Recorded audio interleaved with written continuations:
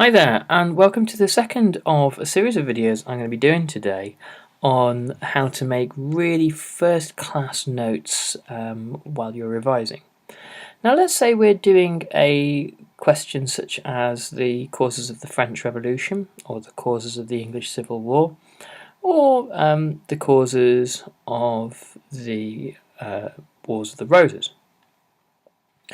There will be, as we know, if you'd seen the previous video, ways of thinking about things in terms of long-term and short-term causes.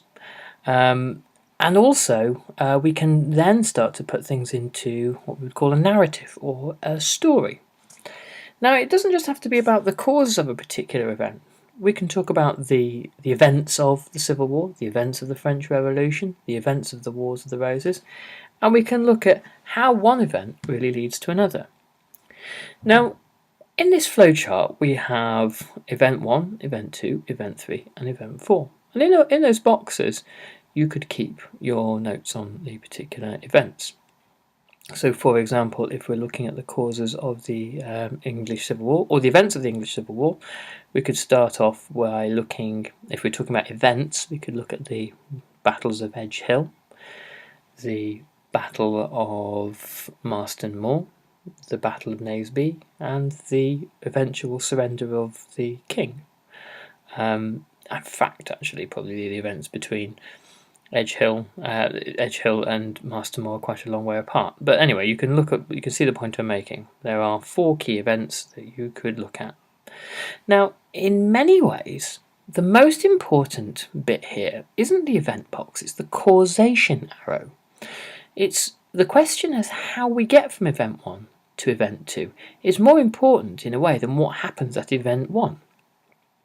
So what leads a Edge Hill, which is a stalemate in which no side wins, to Marston Moor, in which the Parliament defeats the king for the first time in 1644?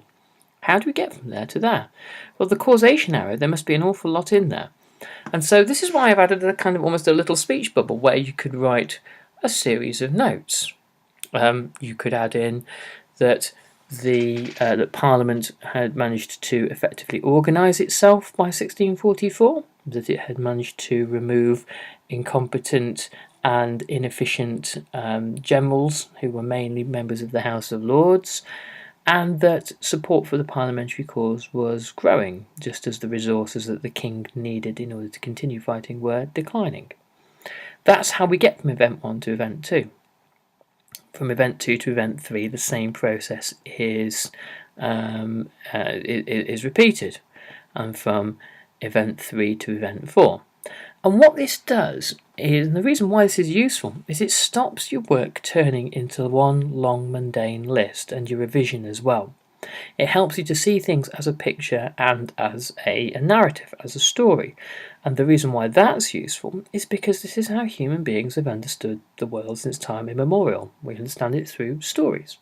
And it's far easier to understand a story than to understand a list.